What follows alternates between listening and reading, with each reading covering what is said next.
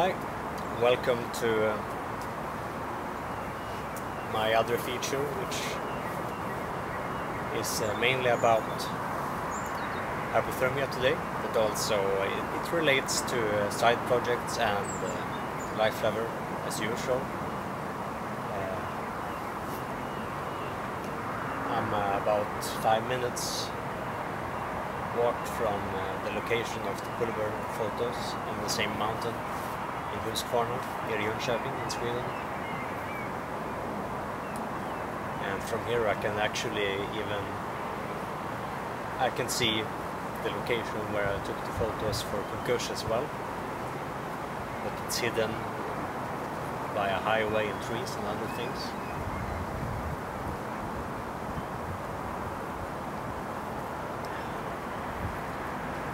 And in this feature I'm going to talk a bit about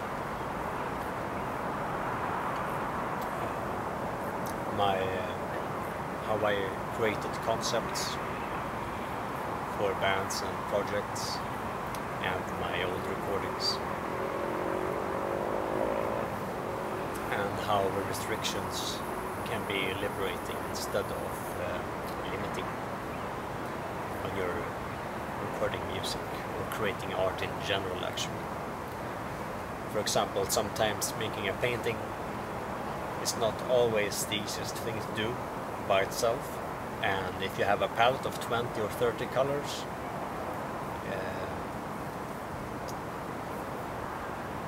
it can be hard to decide where to start. But if you're working with 2 or 3 colors, or even just one that you have to mix with water or other things, that opens up a completely different way of letting your mind envision what you need to do to let those colors or that color speak. And that's the same when if you don't have a whole orchestra or something like that, and you're limited to just drums and guitars and vocals and maybe not even bass as the majority of older Hypothermia recordings.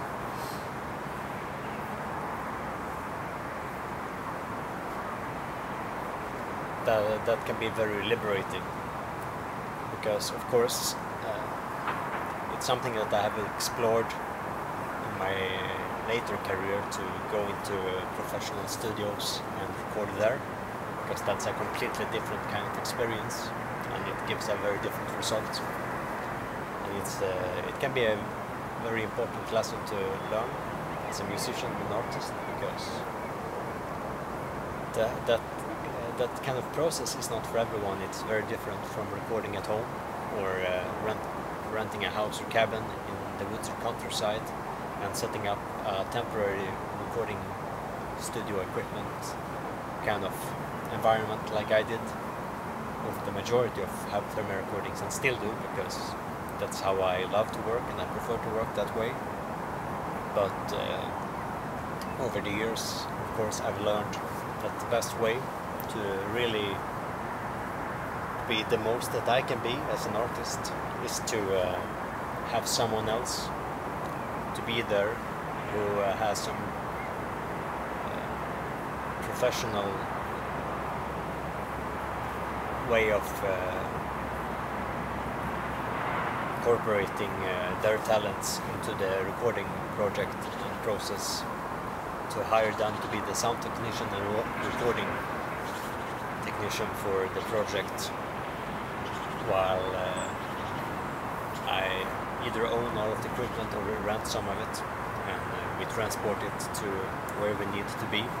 And usually it's from a weekend to a week in a house, cabin, or in some times it's been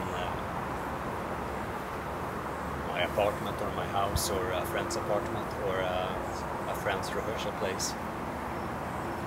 And every place of course have different acoustics, and sometimes you have anything from 10 microphones or more to use on the different instruments, and sometimes you just have 2 or 3. that's important to take into consideration when you're creating a concept, because it needs to reflect the material properly, and you need to decide if everything is going to be live or if you're adding something afterwards, and that will affect on how well you have to rehearse the material before you record it as well, because a less rehearsed recording can be very atmospheric and interesting, but it's going to be almost impossible to add anything to it afterwards, because it's not going to be a constant BPM that you can follow, so you can't really use MIDI or anything else on it, unless you record that live as well, but that takes a lot of effort and someone that really knows what they're doing. And with time, I of course have learned how important it is to really practice recordings, especially after making Hypothermia a live band as well, and not just something that I record with when I have time. They're more correct to the truth and life when my other members and friends have time. So I usually have time, but I have to wait until they have time as well, because I'm not comfortable with recording everything myself for Hypothermia. Honestly, it wouldn't be Hypothermia, because from the beginning, and as it has evolved over the years, the real concept for Hypothermia has become a band that records all or the majority of the music live, and then adds vocals and sometimes bass or violin afterwards. And that creates a very different sound than what I do for a Symphony to the Void and Consider Suicide, as well as when we record with Cal, that we do everything one instrument at a time, which is the general method that you use and incorporate when you're working in a studio. And that's how most home recorders make their music as well. And that's what we did with Live Flower 2, of course. That was always one thing at that time. But that's irrelevant for now. I'm going to save that for when I'm sitting down with 1853 Johan to discuss live, but also how we recorded his vocals, and how lyrics for him was a bigger part of the process. And of course, that's another thing that's worth bringing up in this video about Hypothermia, because as many of you know, I don't have a lot of songs with vocals or lyrics to them. I make concepts instead, which means that I have a story that I develop, and that becomes an album and a title that I can discuss in interviews and videos like this, and sometimes it's in the booklet or information about the release, but more often than not it's a title with a story and experiences connected to it, and not lyrics. So that's something I'm getting back to in a moment here. So for what to some people and artists would be a limitation, for me it opens up new things that I can focus on.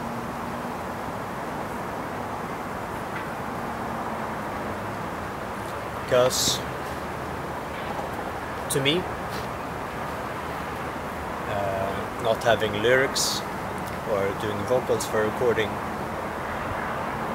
makes it extra important for me to focus on how every chord in a guitar riff feels, and how I do that is that majority of the time, maybe 85 to 90% of all Hypothermia songs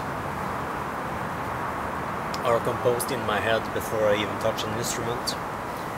And how I do that is by a lot of practice, but also it's based on all the time that I'm actually spending in nature.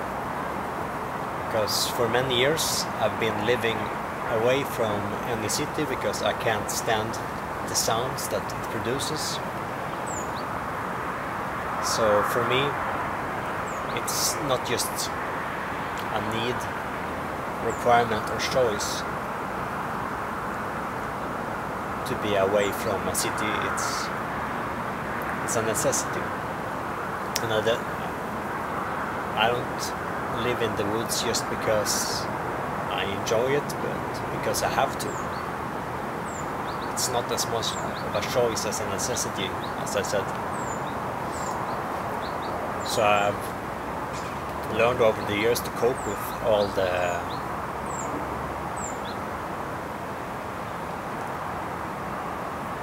it creates a lot of extra work that most people are not used to, because I don't have a car, so I walk or go on a bike for 20 to 30 kilometers every time that I need to go somewhere and do something.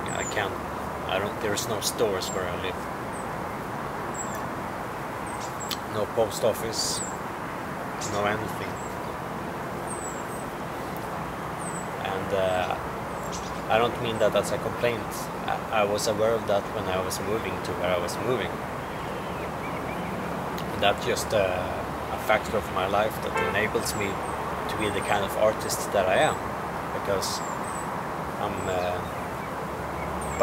by default I'm more in nature than a lot of other people. Because it's a big part of my life to simply travel through the woods to... Whenever I travel somewhere else, if I have a concert in another country, that means being at least an hour in nature before I get into any city.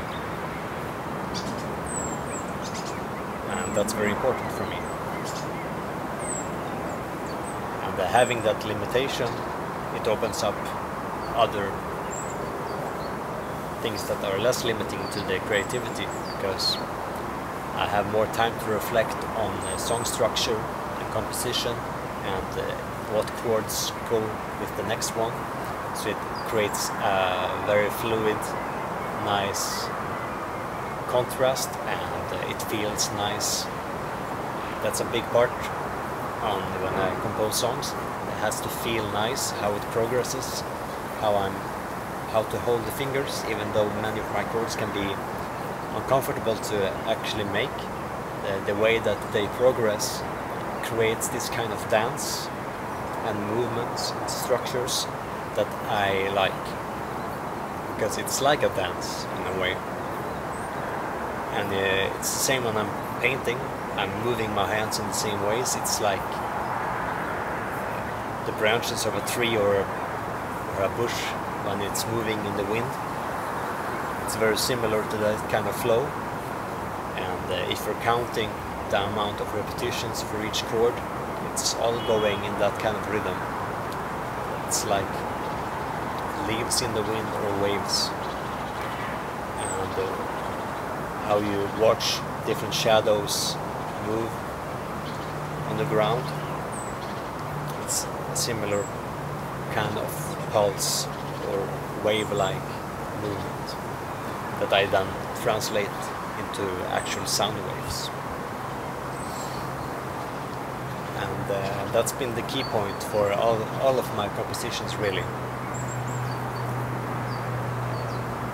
Or like I mentioned, there is 15 to 10% of them that are instead of inspired by having a very intense experience also in nature.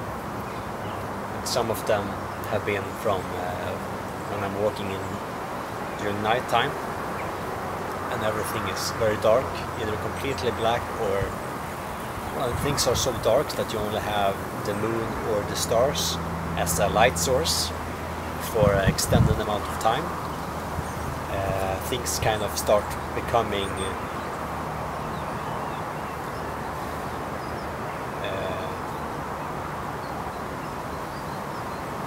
chromatic in a way, that it's a bit grayscale,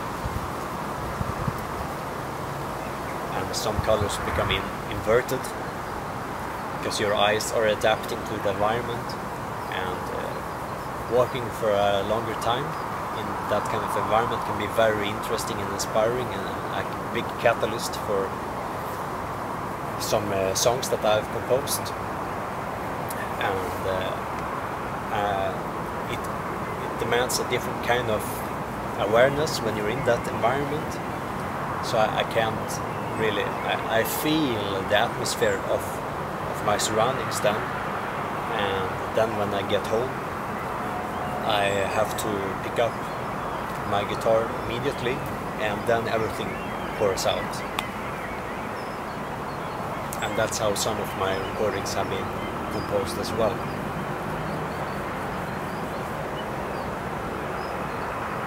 And it's from experiences like that that enforced that kind of meditative, ritualistic approach of being minimalistic, but there is a kind of groove to it. And that's something that in the beginning everything was just more minimalistic by default, because I didn't have enough experiences to compose it further than that. But then over the years, when I've been practicing composing more as a craft, I've learned how to incorporate a better groove into it, and make it feel more like a song instead of just a long, never-ending riff. And I'm aware that some of you like that old method, but it's hard to reach that again, because that was a raw kind of approach that I used to incorporate in the past, but it's harder to reach nowadays because I simply have a different kind of structure to how I record something, or how I compose something that's different than what it was in the past. And fortunately for those of you that prefer my old school approach, there are 4 or 5 different albums with that approach made in the past, and I definitely will try to make something like it in the future. And some of it will be live videos from my home studio, so I hope you will enjoy that. But I will return to the subject of working with limitations. I just need to refill this glass and I will be back.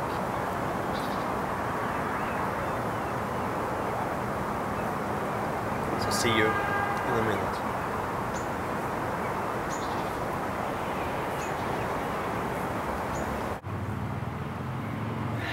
Much better.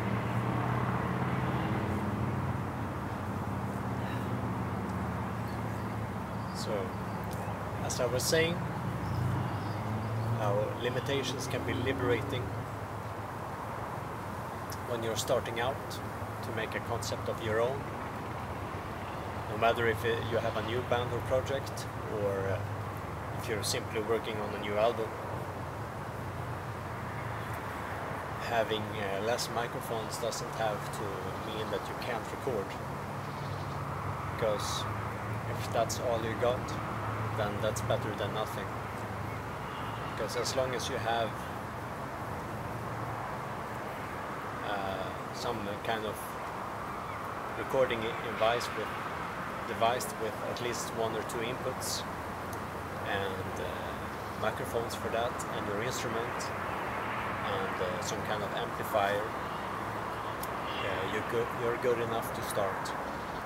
And with some of these approaches you don't even need an amplifier, but it helps to dial in your sound and actually discover what you're aiming for. But of course there is nowadays, compared to when I was starting out 19 years ago, there is very good, even amazing amplifier simulators that you can buy or download for your programs that you use for recording music. But we didn't have that when I was starting. So instead I had to kind of get used to thinking about acoustics in a way that other studios don't have to, because they try to work around it and make it a more neutral kind of bass sound, make it as basic as possible, or have a rich sound for whatever you're recording independently from the other, while in my case it needs to be a room that has an interesting sound, that I can use the natural acoustics of the environment to benefit the recording.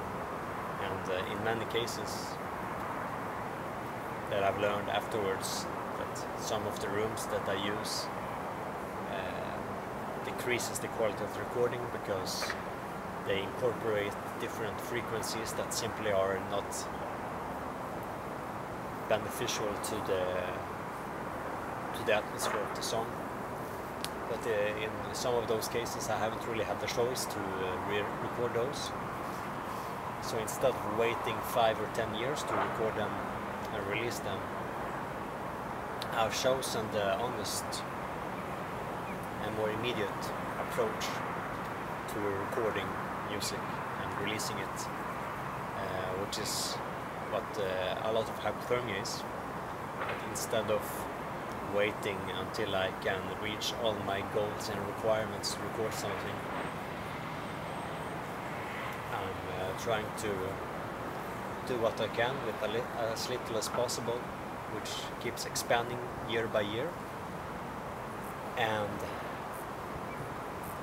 simply doing the best I can to reach the not always highest quality of the recording itself, but focusing on the atmosphere of the recording. To if the material is good enough to have an increased level of atmosphere, to really feel intense by itself, no matter how the quality of the recording is, which is something that I also try before I record it, to record it with different devices and different kind of situations and locations. That when a song has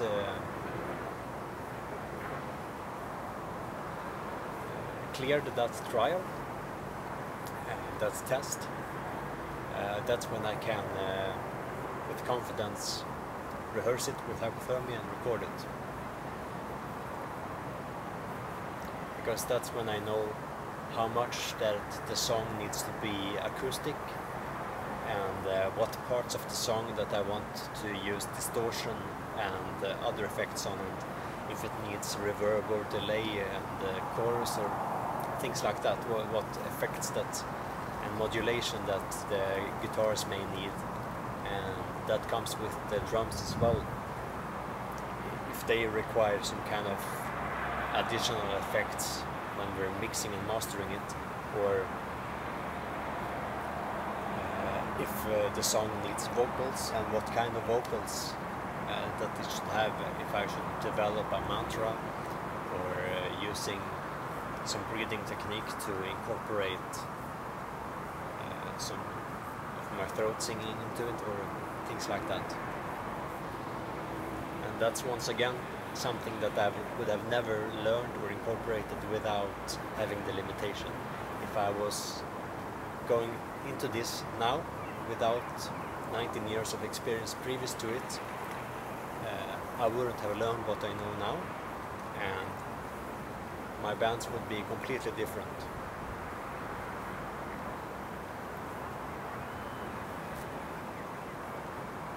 And as I'm mentioning, that's a testament to the discography of Hypothermia, because it's always working with limitations and